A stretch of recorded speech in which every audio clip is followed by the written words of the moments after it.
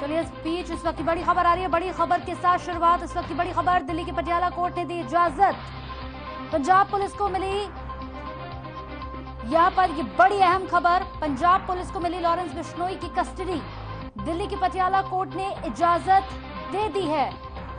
बड़ी खबर इस वक्त की, दिल्ली की पटियाला कोर्ट ने इजाजत दे दी है लॉरेंस बिश्नोई की कस्टडी की। इस वक्त की बड़ी अहम खबर टीवी स्क्रीन पर आपको दिखा रहे हैं। पंजाब पुलिस की बड़ी खबर ये टीवी स्क्रीन पर, पंजाब पुलिस को लॉरेंस बिश्नोई की कस्टडी की जो इजाजत है वो मिल गई है। दिल्ली की पटियाला कोर्ट ने ये इजाजत दी है। इस वक्त की बड़ी अहम खबर, बड़ी ब्रेकिंग खबर टीवी स्क्रीन पर आपको दिखा रहे हैं।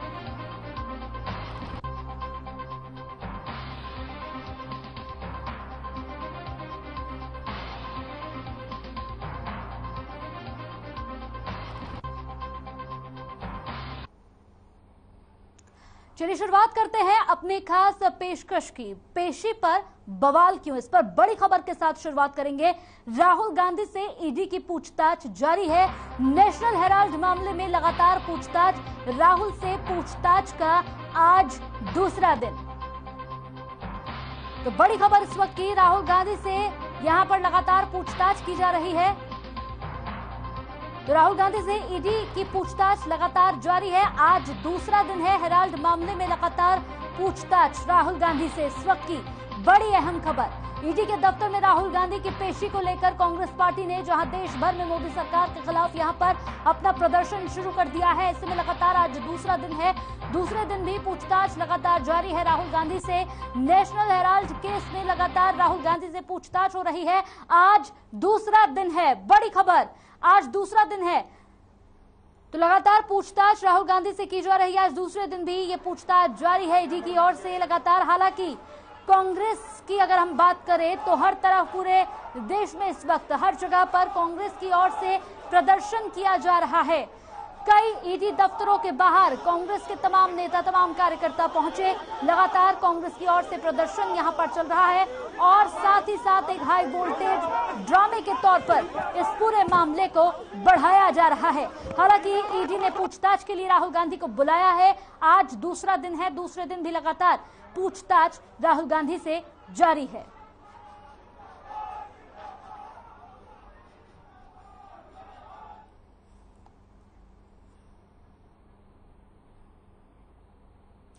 तो ईडी के दफ्तर में राहुल गांधी की पेशी को लेकर कांग्रेस पार्टी ने जहां देश भर में मोदी सरकार के खिलाफ मोर्चा खोल रखा है और उसे बीजेपी सरकार के बदले की कार्रवाई बता रहा है, वहीं इसी मुद्दे पर हरियाणा के शिक्षा मंत्री कंवरपाल गुर्जर ने कहा कि राहुल गांधी ने यहां पर जिस तरह से इस पूरे मामले को बढ़ाया है, राहुल गांधी के खिलाफ ये मामला 2012 में दर्ज हुआ था, जबकि बीजेपी की सरकार 2014 में बनी। अगर सरकार को बदले की भावना से कार्रवाई करनी होती तो 2012 से लेकर 2022 यानी कि 10 साल हो चुके हैं, क्या वो इंतजार करती? कंवरपाल गुर्जर ने कहा कि एजेंसियां अपना काम कर रही हैं और अपना काम करने के लिए पूरी तरह से स्वतंत्र हैं। और आज भी राहुल गांधी से पूछताछ जारी है। उनका कहना है कि केंद्र सरकार कहीं ना कहीं केंद्रीय एजेंसियों का दुरुपयोग कर रही है। आपका देखिए मैं समझता हूँ ये बिल्कुल अपने लीडरों को खुश करने के लिए जिस प्रकार का वो प्रदर्शन कर रहे हैं।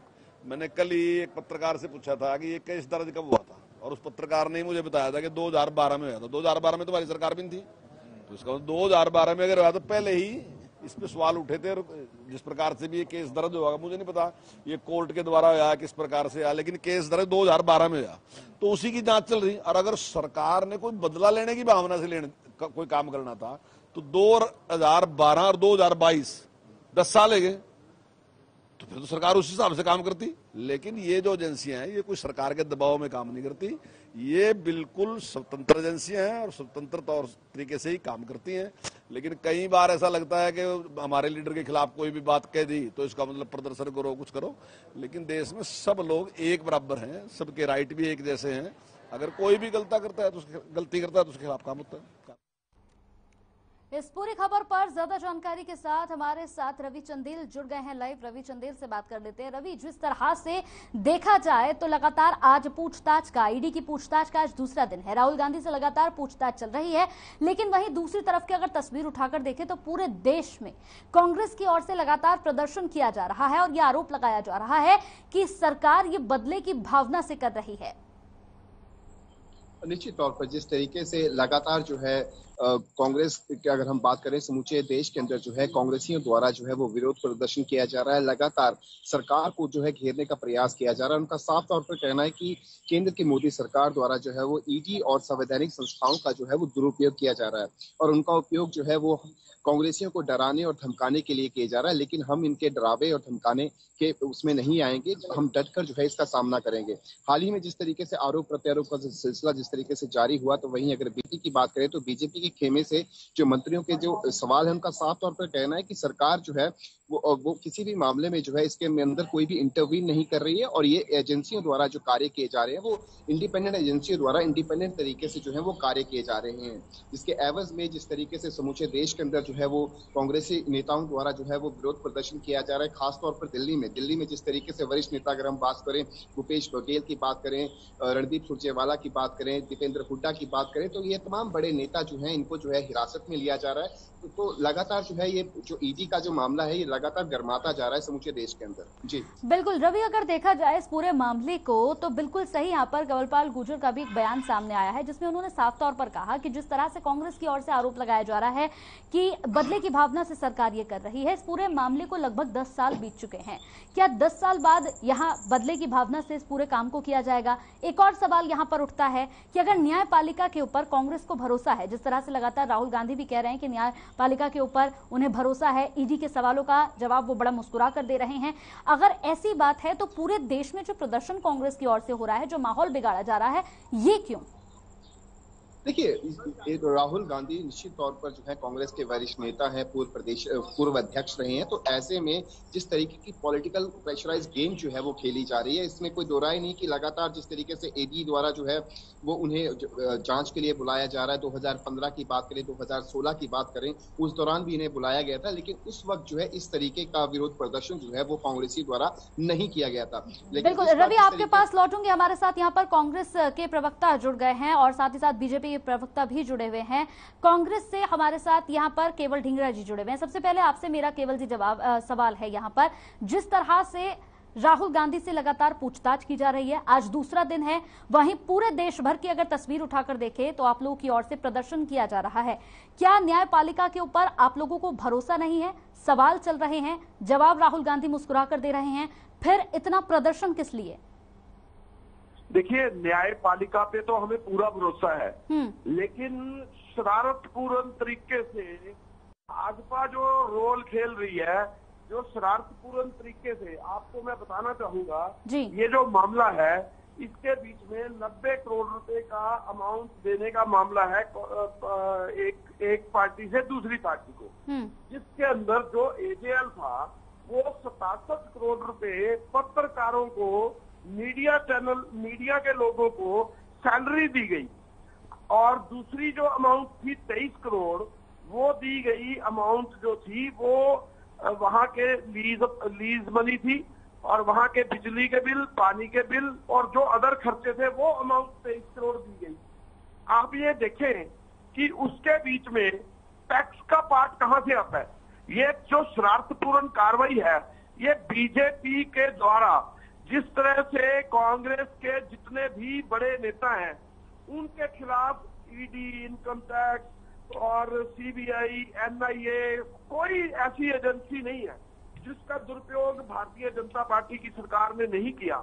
और वही जो मामला है सारा, वो राहुल गांधी जी पे, सोनिया गांधी जी पे इस तरीके से अटैक करना, ये दर्शाता है कि जो ओपोजिशन है उसको किस तरह से ध्वस्त किया जाए कि वो लोगों के बीच में कोई बात अपनी ना रख सके, उनका चेहरा खराब कर दिया जाए कि लोग ये सोचे कि कांग्रेस पार्टी के खिलाफ जो है कार्रवाई करने की बात जो बीजेपी कर रही है, चेहरा खराब करने का मामला है। इसलिए सभी लोग राहुल गांधी जी के साथ सड़कों पर हैं कि लोगों को ये समझ में आए कि भाजपा द्वारा जो कृत्य किया जा रहा है, ईडी NIA। चलिए इसका जवाब ले लेते हैं हमारे साथ, बिल्कुल इसका जवाब ले लेते हैं। ढींगा जी हमारे साथ यहाँ पर बीजेपी के प्रवक्ता है प्रवीण अत्रे जी, वो भी जुड़े हुए हैं। प्रवीण जी, जिस तरह से यहाँ पर कांग्रेस की ओर से लगातार आरोप लगाए जा रहे हैं कि ये पूरी जो कार्रवाई हो रही है, जो ईडी पूछताछ लगातार कर रही है, ये बदले की भावना से सरकार की ओर से किया जा रहा है, इस आरोप का क्या जवाब देंगे?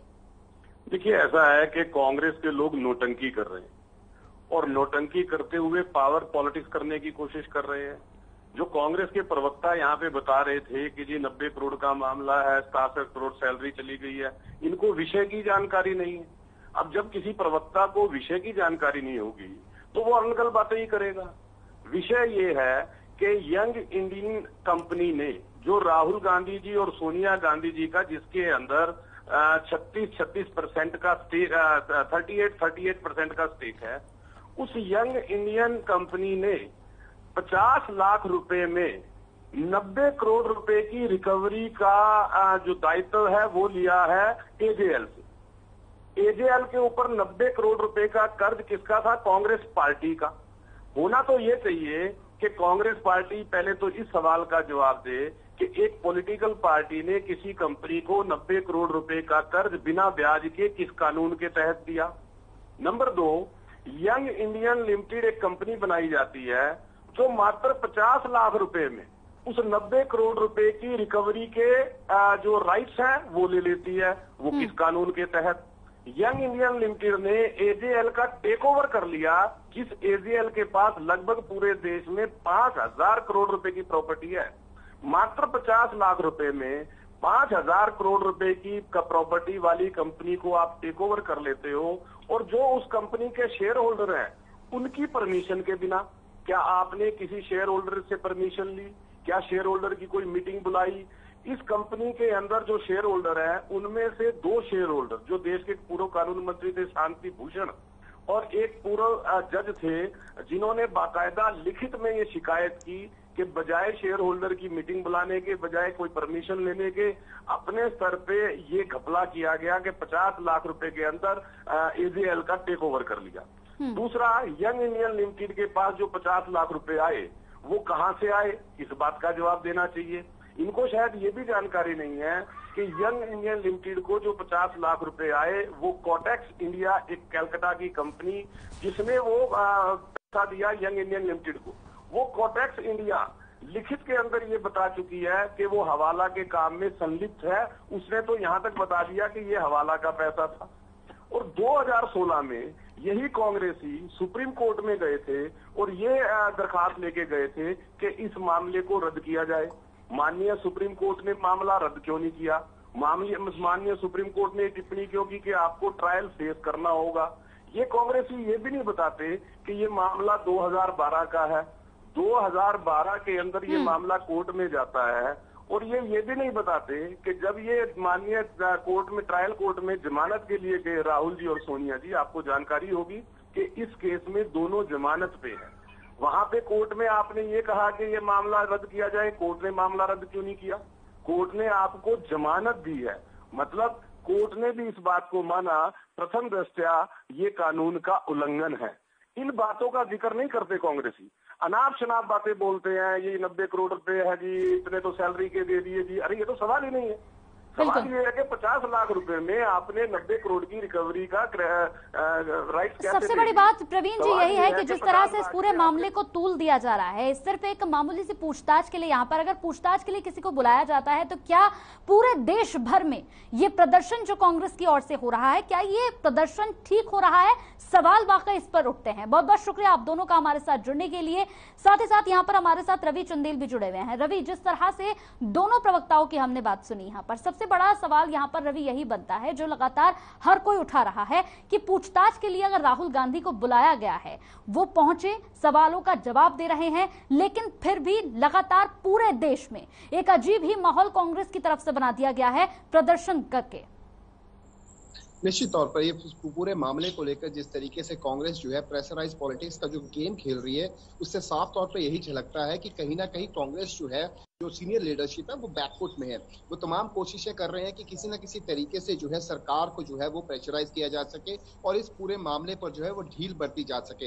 हालांकि जिस तरीके से अगर हम बात करें बीजेपी की, तो बीजेपी लगातार जो है, अगर हम सीनियर लीडर्स की बात करें, बीते दिनों स्मृति ईरानी जो सेंट्रल मिनिस्टर है उनका भी बयान सामने आया था। इसके बाद जिस तरीके से अगर हम हरियाणा की बात करें तो हरियाणा से भी लगातार जो है बीजेपी के कैबिनेट मिनिस्टर, चाहे जेपी दलाल हो या फिर कंवरपाल गुर्जर हो, इन दोनों की तरफ से बयान जारी किए गए थे कि कांग्रेस जो है जिस तरीके से विरोध प्रदर्शन कर रही है, तो ऐसी स्थिति में उनके अंदर जो है वो कुछ ना कुछ जो घोटालाबाजी की गई है उसको लेकर जो है जो बू आ रही है, उसी के चलते जो है इस तरीके के विरोध प्रदर्शन किए जा रहे हैं। साथ ही अगर हम कृषि मंत्री जेपी दलाल की बात करें तो जेपी दलाल का साफ तौर पर कहना है कि गांधी परिवार के लिए अलग कानून चाहिए और आम लोगों के लिए अलग कानून। ये कहाँ का जिस तरीके से न्याय की अगर ये बात करते हैं तो कहाँ का न्याय है? तो ऐसे में देखना दिलचस्प होगा कि ईडी जो है वो अपना फैसला किस आधार पर लेती है, क्या कुछ कार्रवाई जो है वो ईडी करती है। और साथ ही साथ अगर हम केंद्र की मोदी सरकार की बात करें तो क्या